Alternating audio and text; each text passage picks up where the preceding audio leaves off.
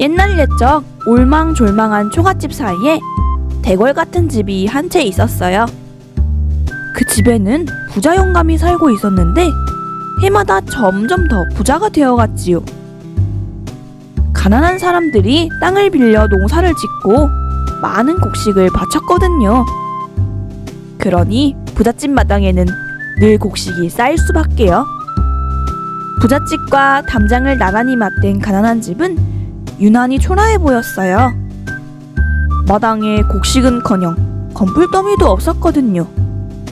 하루는 가난한 집 막내 아들이 부잣집을 바라보며 생각했어요. 우리 집은 왜 이리 또 가난하지? 갸웃갸웃 생각하고 또 생각했지요. 그러다가 끄덕끄덕 고개를 끄덕이며 중얼거렸어요. 뭐라도 쌓고 쌓으면 부자가 될 수 있지 않을까? 우리도 이제부터 부자가 되어요, 아버지. 저녁을 먹던 막내 아들이 불쑥 말했어요. 부자가 되기 싫은 사람도 있겠냐만 우리가 무슨 수로? 아버지가 고개를 잘래잘래 저었어요. 마당에 뭐든지 쌓아보면 어떨까요? 우리 처지에 무엇을 쌓는다는 말이냐? 어머니가 한숨을 푸 내쉬며 대답했지요. 쌓아보지도 않고 어찌 쌓을 게 없다고 하세요? 식구들은 그러는 막내를 안타깝게 여겼어요. 식구들은 모두 시무룩해졌어요. 곡식을 쌓으면 좋겠지만 쌓을 곡식이 있어야 말이지요. 그날 먹고 살기도 힘들었거든요. 그때 아버지가 아들을 흘낏 쳐다보고는 혼잣말로 중얼거렸어요. 우리 처지에 쌓을 거라고는 눈 씻고 봐도 없을 거야. 흔한 돌멩이라면 모를까. 그런데 이 말을 들은 막내 아들이 장단을 맞추듯 대답하는 게 아니겠어요? 그래요! 돌멩이라도 쌓아요! 돌멩이를? 일할 힘도 없는데 돌멩이까지 주워 모으자고? 집으로 돌아오는 길에 주워오면 되지요. 그렇기는 하지만 다음 날부터 식구들은 집으로 들어올 때마다 돌멩이를 한 개씩 주워왔어요. 힘 있으면 큰 돌멩이, 지쳤을 때는 작은 돌멩이, 어른들은 큰 돌멩이, 아이들은 작은 돌멩이. 그렇게 하여 돌멩이가 자꾸자꾸 쌓여갔어요. 누구든지 깜빡 잊고 그냥 집에 들어오면 막내가 꾸정꾸정 따졌어요. 어느새 온 동네 돌멩이가 가난한 집 마당으로 다 모였지요. 돌멩이라도 수북이 쌓이니 마음이 든든하구나. 비록 돌멩이였지만 생전 처음 자기 집에 무엇인가 잔뜩 쌓인 것을 보니 식구들도 재미가 솔솔 붙였답니다. 그런데 가난한 집에서 일어나는 이 광경을 가만히 지켜보는 사람이 있었어요. 호호, 돌멩이를 모으다니 별일이군 별일일세. 바로 옆집에 사는 부자 영감이었지요. 부자 영감은 날마다 가난한 집 담장을 기웃기웃했어요. 분명 무엇인가 있는 듯한데. 남의 일에 끼어들기 좋아하는 부자 영감이 당연히 가만히 있을 리가 없었지요. 시간이 흘러 돌멩이를 모은 지 1년이 지난 어느 날이었어요. 어둑어둑한 저녁, 빈손으로 돌아온 식구들이 허겁지겁 밥을 먹고 있었어요. 그런데 갑자기 막내 아들이 한숨을 푹 쉬는 게 아니겠어요? 눈치를 챈 아버지가 조심스럽게 말을 꺼냈지요. 얘야, 오늘만 눈 감아주지 그러냐? 날도 어둡고 모두 허기져 있는데 다른 사람들은 곡식을 쌓아 부자가 되는데 우리는 돌멩이라도 열심히 쌓아야지요. 식구들은 할 말이 없었지요. 하는 수 없이 식구들이 하나 둘씩 일어섰어요. 그러고는 캄캄한 밤에 돌멩이를 찾아 이리저리 헤맸어요. 그날 밤 가난한 집을 기웃거리던 부자 영감의 눈이 갑자기 휘둥그레졌어요. 아니, 저것은... 돌무더기에서 무엇인가 반짝반짝 빛나고 있었거든요. 밤중에 주워온 돌멩이 중에 커다란 금덩이가 있었던 거예요. 흙이 묻어 자세히 보이지는 않았지만 부자 영감은 그게 금덩이라는 것을 금방 알 수 있었지요. 아이고, 쌀 1000섬이랑 맘먹겠어. 부자 영감은 쿵쾅거리는 가슴을 누르며 밤새 궁리했어요. 저 금덩이를 무슨 수로 가져오지? 강제로 빼앗을 수도 없는 노릇이고. 이리 뒤척 저리 뒤척 뜬 눈으로 밤을 새운 부자 영감은 꼭두 새벽부터 가난한 집 아버지를 불렀어요.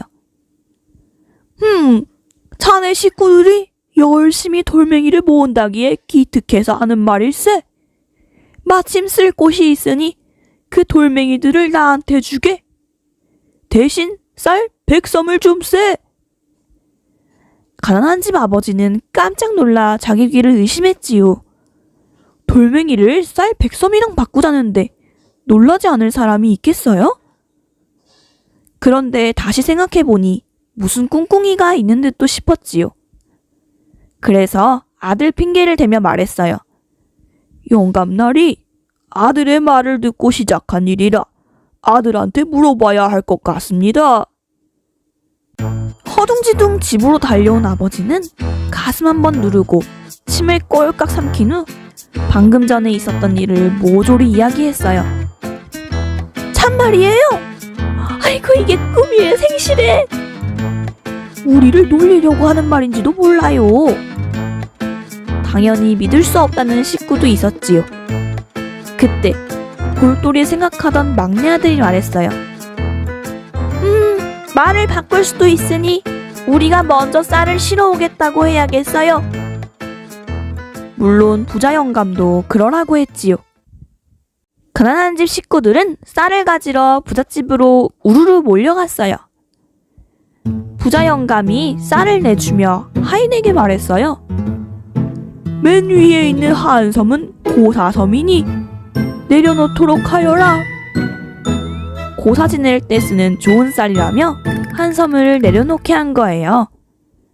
돌멩이와 바꾸는데 쌀 한 섬 덜 받는 게 문제겠어요? 오히려 부자 영감의 마음이 변할까봐 가난한 집 식구들은 서둘러서 쌀을 옮겼지요. 이번에는 부잣집 하인들이 달구지를 끌고 돌멩이를 가지러 가난한 집으로 왔어요. 부자 영감은 돌멩이 따위에는 관심 없는 척 자기 집 마당에서 기다리고 있었지요. 금덩이가 있다는 것을 눈치채면 큰일이니까요. 그런데 하인들이 돌멩이를 막 실으려고 할 때였어요. 잠깐만요.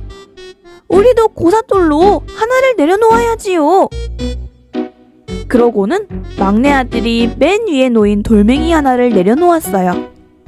하인들이야 그까지 돌멩이 하나 내려놓는다는데 신경도 안 썼지요. 부자 영감은 빨리 밤이 되기를 기다렸어요. 어두워야 반짝반짝 금덩이를 쉽게 찾을 수 있을 테니까요. 그런데 밤이 되어 아무리 찾아도 금덩이가 없는 거예요. 가운데로 들어갔나?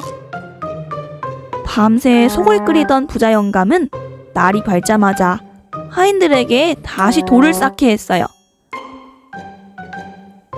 그렇게 몇 날 며칠 부자 영감은 밤이 되면 구석구석 금덩이를 찾고 아침이 되면 하인들을 시켜 돌멩이를 다시 쌓게 했지요. 며칠째 돌멩이를 다시 쌓는 것을 본 막내 아들은 이상하다고 생각했어요. 왜 밤이 되면 사사치 살피고 낮이 되면 다시 쌓는 걸까? 뭔가 있는 게 틀림없는데. 밤이 되자 막내 아들은 몰래 고사돌을 넣어둔 곳간에 가보았지요. 삐거덕 곳간문을 연 순간 막내 아들은 화들짝 놀라고 말았어요. 지저분한 흙 사이로 돌멩이가 반짝반짝 빛나고 있었거든요. 금덩이였구나! 금덩이! 금덩이를 찾지 못한 부자 영감은 안절부절 못하며 하인을 불렀지요. 하나도 빠뜨리지 않고 돌멩이를 모두 다 가져왔더냐? 하인은 돌멩이가 뭐 그리 소중한 건지 모르겠다며 퉁명스럽게 대답했어요. 그 집 막내 아들이 내려놓은 고삿돌만 빼고는 몽땅 가져왔습니다. 뭐라고? 고삿돌을 내려놓았단 말이냐? 부자 영감은 기가 막혔지요. 바로 그 고삿돌이 금덩이였다는 것을 이제야 알았거든요. 얘야, 고사도를 다른 것으로 바꾸면 안 되겠느냐? 부자 영감은 막내 아들을 찾아가 넌지시 물었어요. 어르신, 고사도를 다른 것으로 바꾸면 그것을 어찌 고사돌이라 할 수 있겠습니까? 막내 아들은 아무 일도 아니라는 듯이 대답했어요. 아이고, 내 꾀에 내가 넘어갔구나. 고사 썸 핑계로 쌀 한 섬 덜 주었다가 금덩이를 놓쳤군 놓쳤어. 고사섬만 내려놓지 않았어도. 부자 영감은 돌멩이들을 볼 때마다 배가 아파 어쩔 줄 몰랐어요. 부자 영감은 몇 날 며칠을 끙끙거리다가 결국은 포기했는지 이렇게 중얼거렸어요. 그래, 가난한 이웃 도와준 셈 치지 뭐. 저승 가서 복 받을 거야. 암! 부자 영감은 쓰라린 마음을 누르며 돌멩이로 담을 더 튼튼히 쌓았대요. 그 후 두 집은 모두 부자가 되어 사이좋게 잘 살았답니다.